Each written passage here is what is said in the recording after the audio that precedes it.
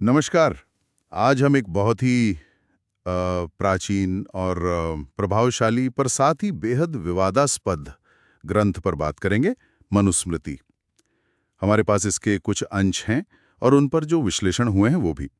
कोशिश रहेगी कि इसके जो मूल विचार हैं, इसका समाज पर जो असर रहा और जो गहरे विवाद इससे जुड़े हैं, उन्हें समझें। तो चलिए शुरू करते हैं ये विश्लेषण। जी। मनुस्मृति, जिसे मानव धर्म शास्त्र भी कहते हैं, इसका समय मोटे तौर पर दूसरी सदी ईसा पूर्व से तीसरी सदी ईसवी के बीच का माना जाता है। वैसे पारंपरिक रूप से तो इसे आदि मनु से जोड़ा जाता है, पर असल में किसने लिखा, एक ने या कई लोगों ने, क्या ये शुंग काल में धीरे धीरे बनी, इस पर पक्का कुछ कहना मुश्किल है। कोई ठोस सबूत नहीं है। हाँ, और ये अक्सर सोचा जाता है कि ये सिर्फ कानूनों की किताब है, पर ऐसा नहीं है ना। ये तो समाज और जीवन जीने के तरीके का एक पूरा खाका देती है। बिल्कुल सही। इसमें आपको अलग अलग वर्णों के सामाजिक कर्तव्य मिलेंगे। राजा के क्या दायित्व हैं, टैक्स सिस्टम कैसा हो, यहाँ तक कि राज्य की उत्पत्ति कैसे हुई, इस पर भी बात है। और इसका जो सेंट्रल पॉइंट है वो है धर्म, यानी कर्तव्य। मनु इसे वेदों की जो ब्रह्मांडीय व्यवस्था है ना, ऋत, उससे जोड़ते हैं, जो सृष्टि को संभाले रखती है। हर वर्ण का अपना अलग धर्म बताया गया है, और अगर पालन नहीं किया तो व्यवस्था बिगड़ने का डर दिखाया गया है। अच्छा, इसमें वो जीवन के 4 लक्ष्य पुरुषार्थ, धर्म, अर्थ, काम, मोक्ष और 4 आश्रमों का भी जिक्र है। ब्रह्मचर्य। हाँ बिल्कुल, ब्रह्मचर्य, गृहस्थ, वानप्रस्थ, सन्यास। आश्रम व्यवस्था का एक उद्देश्य तो जीवन को चरणों में बांटना था, या तक कि घर में जगह कैसे मैनेज हो, इसका भी जिक्र है। पर मनुस्मृति का जो सबसे अहम और सबसे ज्यादा विवादास्पद हिस्सा है वो है वर्ण व्यवस्था। हाँ, ये तो बहुत सुना है इसके बारे में। इसमें कहा गया है कि ब्रह्मा के अलग अलग अंगों से 4 वर्ण बने, ब्राह्मण मुख से, क्षत्रिय भुजाओं से, वैश्य जांघों से और शूद्र पैरों से। और शूद्रों का मुख्य काम क्या बताया? बाकी 3 वर्णों की सेवा करना। ये तो मत जन्म के आधार पे कर्तव्य बिल्कुल तय कर दिए गए। इसमें कोई बदलाव की गुंजाइश नहीं थी, बहुत ही कम। हालांकि मनु ये भी कहते हैं कि सारे वर्ण एक दूसरे के पूरक हैं, एक सिस्टम बनाते हैं, पर फिर भी ये जन्म पर आधारित है और इसे पिछले जन्मों के कर्मों का फल भी माना गया है। राजा का ये सबसे बड़ा कर्तव्य था कि इस वर्ण व्यवस्था को बनाए रखे। और हाँ, एक और समूह था, अवर्ण या दलित। वो इस 4 वर्णों की व्यवस्था से भी बाहर थे, उन्हें अछूत माना जाता था। ओह अच्छा, और राज्य और राजा के बारे में मनुस्मृति क्या कहती है? क्या राजा सबसे ऊपर था, मतलब कानून से भी ऊपर? जंगल राज, बड़ी मछली छोटी को खा जाती है। तो इस अराजकता से बचने के लिए लोगों ने ब्रह्मा से प्रार्थना की और भगवान ने एक राजा भेजा। बदले में लोगों ने वचन दिया कि वो उसकी आज्ञा मानेंगे। राजा में देवताओं का अंश तो बताया गया है, दैवीय व्यक्तित्व है, पर वो पश्चिम वाला डिवाइन राइट जैसा नहीं है कि वो कुछ भी कर सकता है। मतलब राजा को भी नियमों का पालन करना होता था। हाँ बिल्कुल, उसे राजधर्म का पालन करना ही था, अनिवार्य था।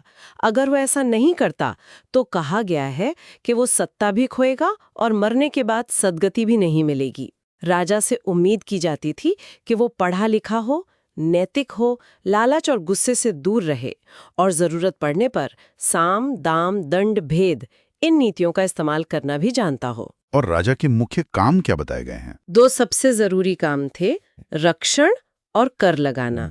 रक्षण मतलब प्रजा की रक्षा, सिर्फ बाहरी दुश्मनों से नहीं, अंदर के अपराधियों से भी।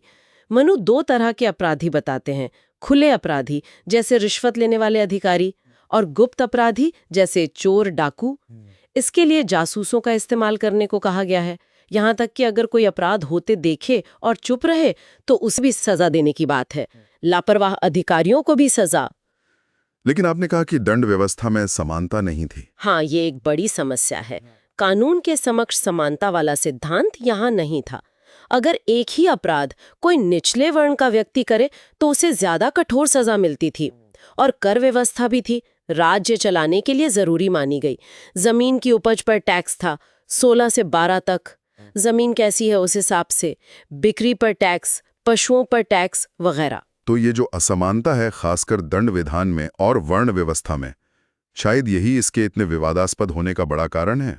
स्मृति में शूद्रों के लिए बहुत ही भेदभावपूर्ण और कठोर बातें हैं। जैसे उन्हें पढ़ने लिखने या संपत्ति रखने का अधिकार न देना, सेवा करना ही उनका एकमात्र धर्म बताना, और अगर वो किसी ऊंचे वर्ण का अपमान कर दें तो भयानक सजाएं थीं, जैसे जुबान काट देना या कानों में खौलता हुआ तेल डाल देना। ये बहुत ही अमानवीय है।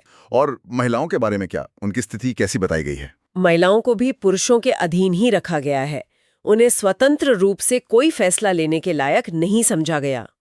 कुछ विद्वानों ने तो यहाँ तक कहा है कि मनुस्मृति सारी महिलाओं को शूद्रों की श्रेणी में ही रखती है, और ये अस्पृश्यता जैसी प्रथाओं को भी एक तरह से धार्मिक आधार देने की कोशिश करती है। इन्हीं सब वजहों से ये ग्रंथ इतने गहरे विवादों में घिरा रहा है। हाँ, तभी तो डॉक्टर B.R. अम्बेडकर ने इसे भारतीय इतिहास की सबसे वाहियात पुस्तक कहा था। उन्होंने इसे लैंगिक और जातीय उत्पीड़न का स्रोत माना और 25 दिसंबर 1927 को इसे सार्वजनिक रूप से जला भी दिया था। ये बहुत बड़ा कदम था। जी, वो एक ऐतिहासिक विरोध प्रदर्शन था। हालांकि ये भी हमें बताना चाहिए कि कुछ दूसरे विचारक हैं, जैसे सर्वपल्ली राधाकृष्णन, वो इसके ऐतिहासिक महत्व को मानते हैं।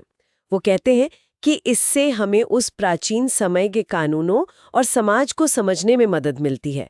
अंग्रेजों ने भी जब यहाँ शासन किया तो हिंदू कानूनों को समझने के लिए इसका इस्तेमाल किया। लेकिन ये बात बिल्कुल साफ है कि इसके कई सिद्धांत, खासकर वर्ण और लिंग भेद वाले, वो आज के हमारे संवैधानिक मूल्यों, समानता, न्याय, अनुच्छेद 17 जो अस्पृश्यता को खत्म करता है, उनके बिल्कुल खिलाफ है। और हम यहाँ बस स्रोतों में जो जानकारी और विचार दिए गए हैं उन्हें प्रस्तुत कर रहे हैं। उनका समर्थन या विरोध करना हमारा मकसद नहीं है। तो कुल मिलाकर देखें तो मनुस्मृति एक बहुत ही जटिल ग्रंथ है। एक तरफ ऐतिहासिक महत्व है, प्राचीन समाज की झलक मिलती है, हाँ। पर दूसरी तरफ इसमें जो भेदभावपूर्ण विचार हैं वो इसे बेहद समस्याग्रस्त बनाते हैं। बिल्कुल।